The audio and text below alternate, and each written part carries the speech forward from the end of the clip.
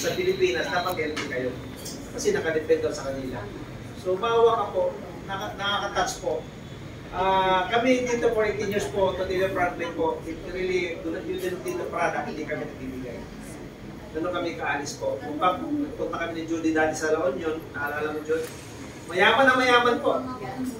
Talagang very rough ang road, dinala kami doon. Pero dahil nga yung kanyang tatay may lolo. So talaga hindi ko binigyan ng product. Pero di can afford to buy. Mga wealthy people. Kasi you feel so guilty na bibigay ka eh. Going naman. So may pasyente ko one time dito, naka-ambulance siya.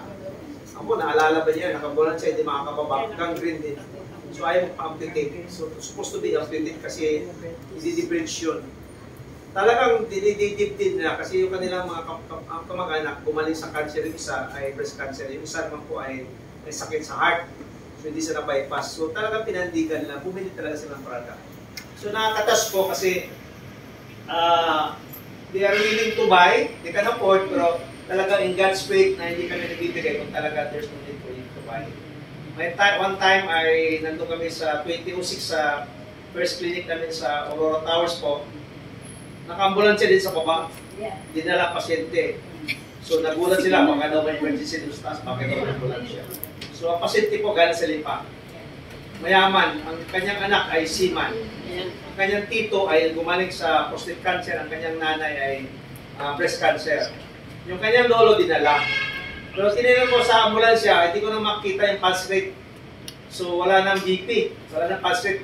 Tinignan ko yung tubig na, hindi na nasa-daily. Sabi ko, alam mo yung lolo mo, going na yan. Sabi ko, hindi kami nagbibigay ng ano lang, get together kayo, last remaining days siguro, or weeks na magkasama kayo pamilya, okay na yun. Ang talagang pinipilit niya kasi bakit ito gumaling yung kanyang tatay, yung kanyang nanay, hindi ko mapagaling yung kanyang lolo. Sabi ko, alam mo yung lolo mo, going na yan.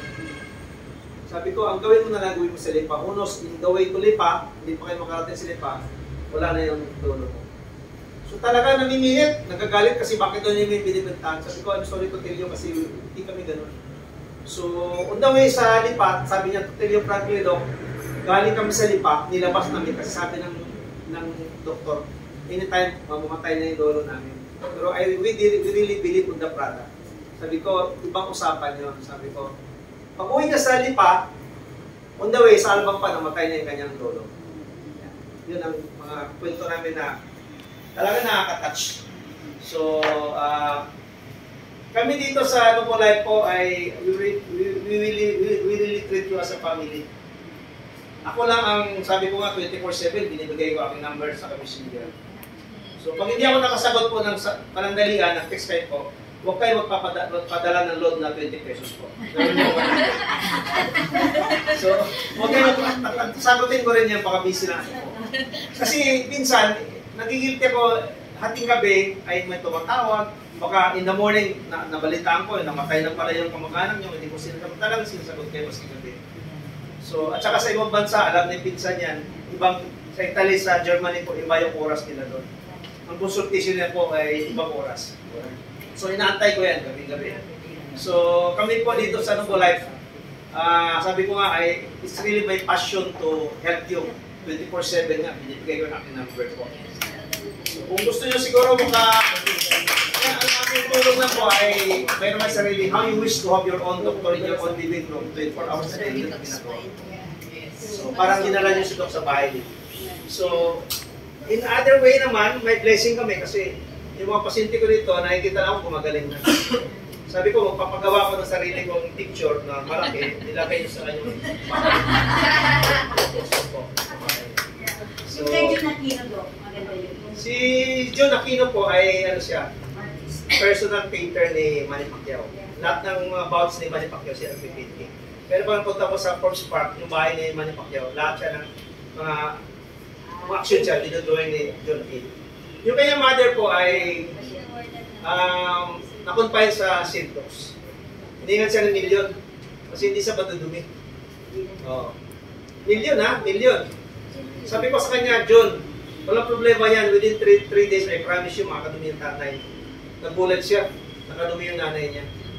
So, talagang malaking tulong sa kanila kasi talagang hindi niya matanggap na ang laki naman natipid namin, million. Naningi sa amin, parang 2.5, something like that, 1.8. So, ang magkano na binili niya?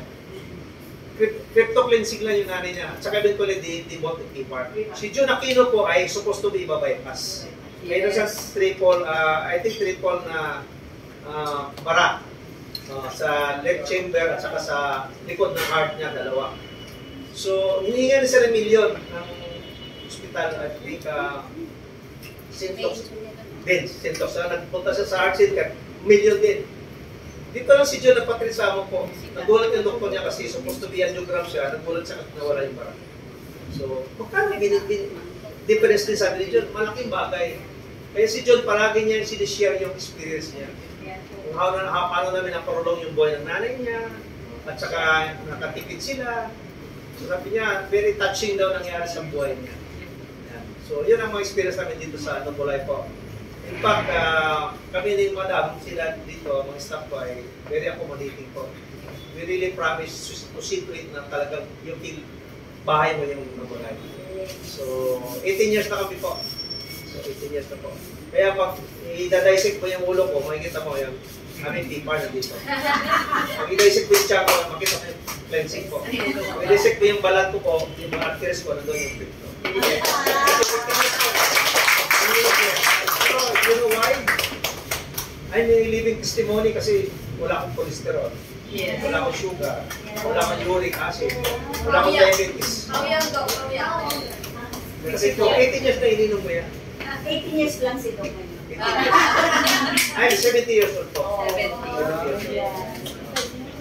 So, eventually po ay abot tayo ng 100 pa. Wow! Ang anniversary po ay kasi ang target na next year po ay Europe na. Oh, yes! Europe na, nandun si Pinsan. So, yun ang target namin. Yes! So, we go around po. Yes! Ay, meron kami partner si Nancy, Cambodia. Marami kami experience ni Nancy din. Sa Cambodia, sa Dubai, sa Padang, sa Hong Kong, Macau, sa Singapore po, natuto kami. Kami lang po, sa lahat ng companies po, tayo lang, Nobulay lang nakapasok na embassy na natuto. Kaya pag binuksan ko yung foreign affairs po, Dr. Tessa, magkita mo yung pangalan ko doon. Health mission, health talk. Kasi yun ang aming ginagawa po. Parang ginawa namin, naalala ko, parang ginawa namin divisoria nga yung Hong Kong, Macau. Kasi quarterly, nandun kami eh. So talagang very, pero very promising kasi meron natutulungan po na ating mga kababayan. So yun ang aming mission and vision po. So nandito si Pinsan. Ito, si Pinsan Winnie po ay pinsan ko naman sa father side. Ito naman po, pinsan ng aking wife. Bustos, Bulacan. So small world, dito lang kami nakita ni Pinsan. Pareho kami po, Magallanes Sorsogon. Yung binabangkit niya po, pareho ng hometown, Magallanes Sorsogon po. Doon yung aking father po na pinanganak. So again po, we thank you for attending this gathering. So lahat po, ito isa pa lang po. Isa pa lang ang again, thank you. Sorry, one last po, I request lang from the IDP. Pamawit po natin si Ma'am Flossie because she wanted to do some sharing. Yes. Hello, magandang hapon po sa inyo. Ako po lang is 8 years na. Ako po more than 12 years na department ng safety. Okay. So, ang masasabi ko lang po talaga, naniniwala po ba kayo na pwede tayo magpa-hospital? Yes! Yes! Nangyari po ito sa asawa ko. Ang asawa ko is almost 20 years high class. 20 years old. Hindi ko na lang po makagaling sa yung mga food supplement natin ito. Kasi ako, more on food supplement talaga ako. Once na may narinig ako, magandang food supplement ito, ina-apply ko po yan sa asawa. 20 years. Hindi po kami hindi siya na kakumpanya sa hospital. So ito po yung gusto kong iparating sa inyo. Na kapag po kayo ay high blood, huwag po kayong inom ng gamot. Huwag po kayo may namin na high blood ako, inom na kayo ng gamot. Kasi sabi nga po, ang natural na sakit, kailangan nilang natural naniniwala ko po. So, ito po yun. One time, ma-high blood po siya ng todo kasi nagalit siya sa akin. Dahil ako yung maraming niya pautang. Kaso nagalit siya sa akin dahil hindi daw ako marunong mag-deal. So nagalit siya as in. Nag-208. Opo. So, dinala ko siya sa hospital. Ngayon, pagdala ko sa, hindi po hospital pala, clinic lang, clinic. Pagdating doon sa clinic, sabi ng doktor, makaya mo. Yung taas. Tapos sabi ko, bigyan mo na lang po kami ng gamot. Sabi ko, pero paano?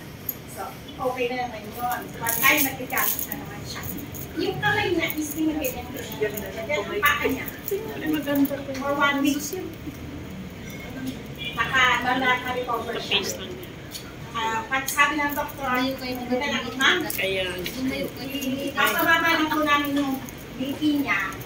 Ilipat ko na po siya nakahiga. Sabi ng doktor sa akin, ma'am, bakit po yung asawa niyo ayaw magpa-injection? Nag-away po ba kayo? Sabi ko, hindi po. Nagpo-doktora, siya po yung may sarili, siya po yung nakakaharap, so siya po yung mag-design, hindi po ako. So hindi siya napilit. Kaya na, mabababain lang po namin yung ano. Tapos, kumuha na lang po kayo ng ibang ambulansya, benta rin